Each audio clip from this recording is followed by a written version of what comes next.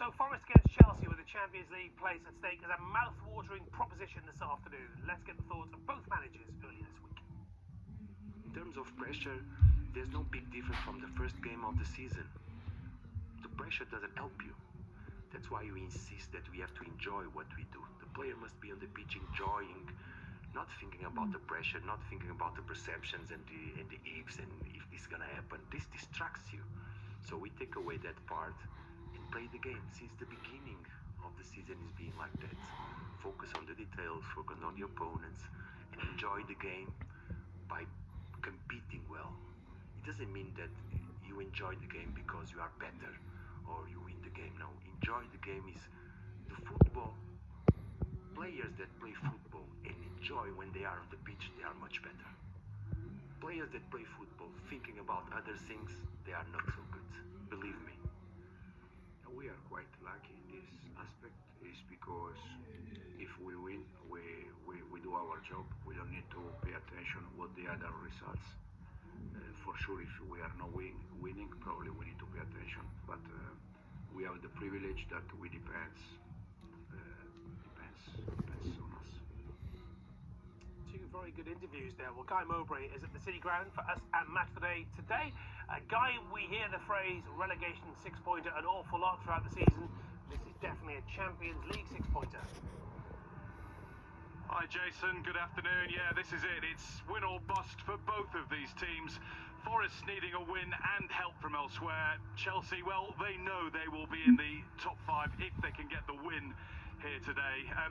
It's been a wonderful season at the City Ground, come what may, and I think that's why there's going to be a relaxed sort of approach, sort of no pressure sort of approach from the Nottingham Forest players. I've noticed there's a party atmosphere outside the pub down the road. There's a foam party going on, bubbles blowing all over the place. So I think fans are just satisfied, as you would expect them to be, with the fact that they've achieved European football of some form or another, you know, for the first time since 95-96. And when you think that they only were mathematically safe on the final day last season, well, what a journey they've been on, how well they've done under Nuno Espirito Santo.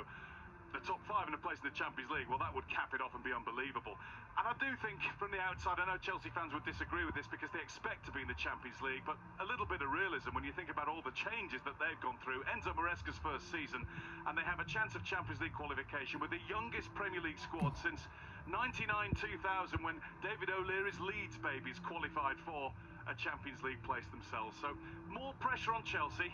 They've just got to get the job done. Forest have got to get it done and hope. Could be a good game, should be a good game, will be a great atmosphere. It always is here.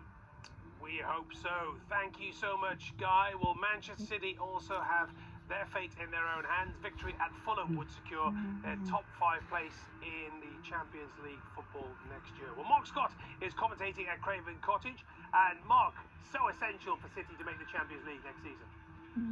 Yeah, hi Jason, afternoon everyone. I was reading an interesting article that was talking about the Champions League situation. Financially for Manchester United, they would be Manchester City, they would be the least affected out of all the clubs that are jostling for a spot come the end of the games today. But I think in terms of the prestige and the size of the club, you think about the fact that they've been in the Champions League consistently since 2011. It would be a real hit to morale, I guess, as much as anything. I don't know if it would affect maybe bringing some other players in during the summer as well. We think that Pep Guardiola might be looking at a summer clear out. He made wholesale changes the last time that they didn't win a domestic trophy under his guidance early on in his tenure at Manchester City. So might it affect that? I think, though, it is